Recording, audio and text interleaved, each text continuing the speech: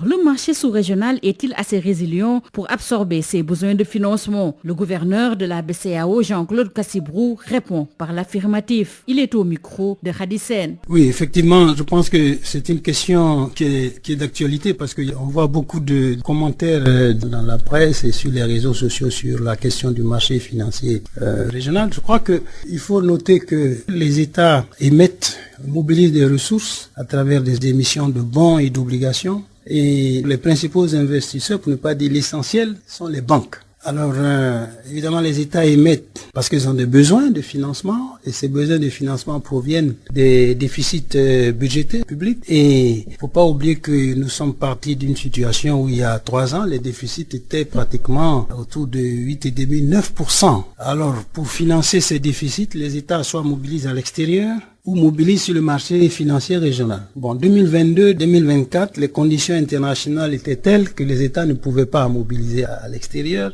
Et ce n'est que vers la fin de l'année 2024 que les États sont retournés sur les marchés internationaux pour mobiliser soit des eurobonds ou d'autres ressources. En 2025, même si plusieurs États sont revenus sur les marchés internationaux, certains États, bien sûr, n'ont pas pu aller pour des raisons particulières. Et donc, ces États continuent à mobiliser. Globalement, si on prend le marché des titres, l'adjudication et la syndication, 2025, les émissions brutes des États est pratiquement à 15 000 milliards de francs CFA. Alors qu'en 2024, on était autour de 9 400 milliards. Donc, il y a une forte hausse.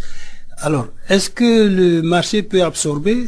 Bon, jusqu'à présent, il a absorbé. Si vous regardez les dernières émissions qui ont été faites sur le marché, les souscriptions ont dépassé les demandes. Et avec l'amélioration de la position extérieure de l'Union, nous avons une position beaucoup plus forte. Et cette position plus forte se traduit également par une liquidité abondante.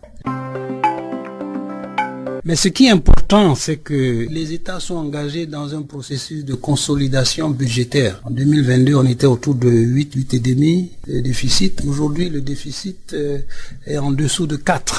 Donc, les déficits baissent. Si les choses restent en l'état, le marché pourra absorber. Mais il y a un élément sur lequel on doit être très attentif. C'est que la dette dans la région reste encore très élevé. Si on prend le ratio dette sur le PIB, c'est plus de 63%. C'est beaucoup. Le service de la dette est encore très élevé. Donc il faut qu'on arrive progressivement à baisser et la dette et le service de la dette sur les recettes fiscales pour qu'il y ait moins de tension sur le marché. Parce que si la dette ne baisse pas et que la demande sur le marché continue à augmenter, bien sûr, il peut y avoir des tensions. Je crois que les États ont déjà commencé à le faire, c'est-à-dire à baisser les déficits budgétaires afin de réduire la pression sur le marché régional. Jean-Claude Cassibrou, le gouverneur de la BCEAO, a tenu ses propos lors de la réunion du comité de politique monétaire de la Banque centrale tenue mercredi à Dakar. Le journal de l'économie, c'est fini. Merci de votre fidélité.